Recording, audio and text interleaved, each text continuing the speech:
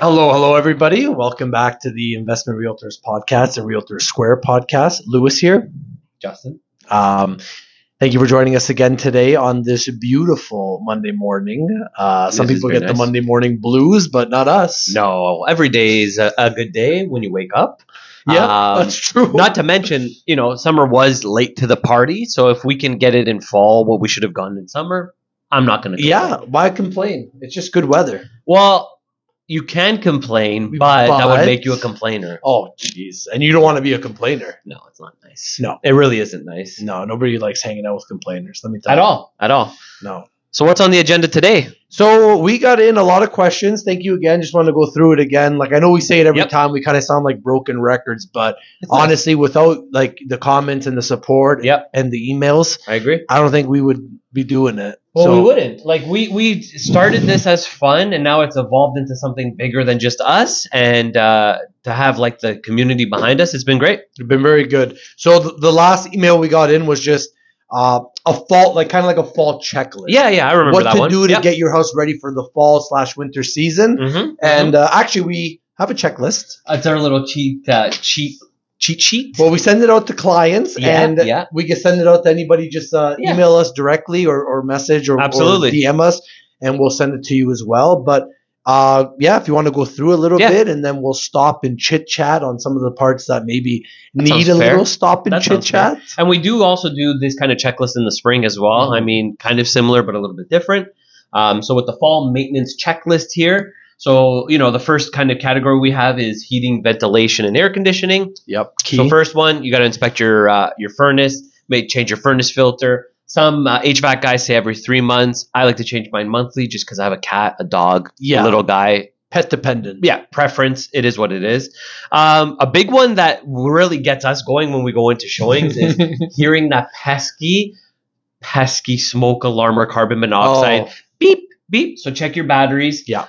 Check. They also have a little date on there. They're usually good 10 years or so. Yeah. But it's good to check that. Yeah. Another big one we see that I actually help my in-laws with. We're doing this soon, actually. Was dryer vent. So the dryer vent loves to collect lint. So just make sure if you have one that has flaps, the flaps are operational. You're not seeing too much lint around it. Yeah. Another telltale sign is if your loads of laundry are taking longer to dry, chances are it could be clogged with lint. If you have a wood burning fireplace, you want to make sure you get that professionally clean, the chimney. Yeah. And then check your fire extinguishers. That should be monthly.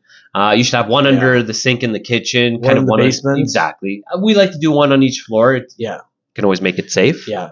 The dryer vent's a big one, I think. Yeah, absolutely. We got to do it. And so we'll just detach it from the dryer. Yep. And we'll get the non-gas blower and just blow straight through. Yeah, they also have their extensions that go on drywalls with kind of a bristle, drywalls onto drill, sorry. Yeah. Where it's bristles that go up to about 100 feet. And as you pull it in, you can have like an HVAC or a blower just to kind of push it out. And that'll help clear it through, which is great. Yeah, I like that so far. Yeah, and then if we go exterior of the home, so we have clean and straighten your gutters. You always want to make sure you have your downspout coming from your house is pushing the water as far away from the house as possible. Yeah. If you have to attach that extension piece. Exactly. Just do it. And then keep your window wells clear. So if you have basement windows, make sure those are clean, operational.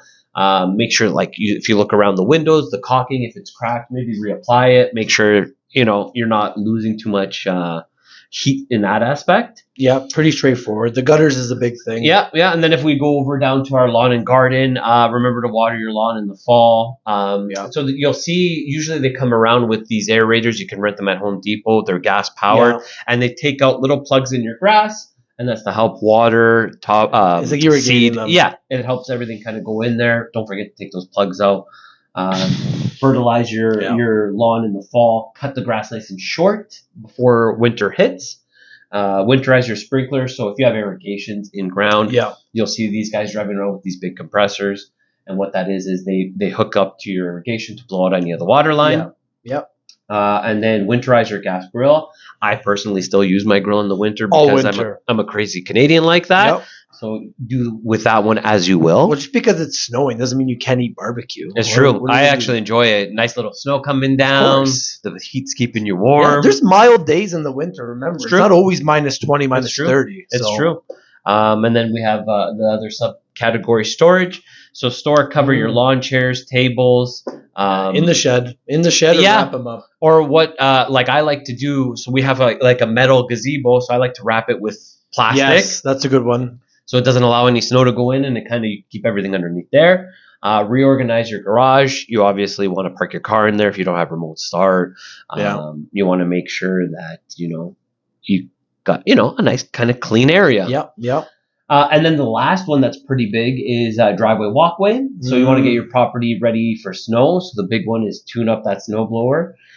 It's funny, talking to a lot of people, they don't think to change the lawnmower or the snowblower oil till it's too late. Yeah, it's not as frequent. I mean, it's usage dependent, but I would say at least every season you want to do, filter, spark plug, of course. Yeah, because people go their whole life. Yeah. Make sure you have a winter driving kit. So usually gloves, mini shovel, sweater, batteries, flashlight, because you never know if you get stuck. Yeah.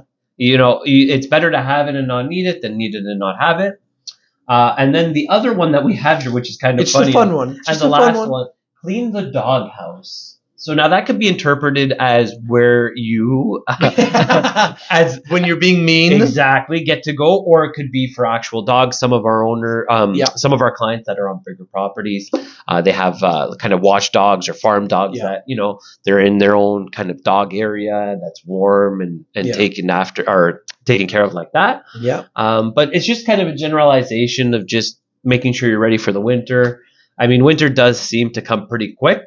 And it lasts forever. Let me tell you. I would say we got 7 months of winter and 5 months of good weather. If you're lucky. I would say that. Yeah.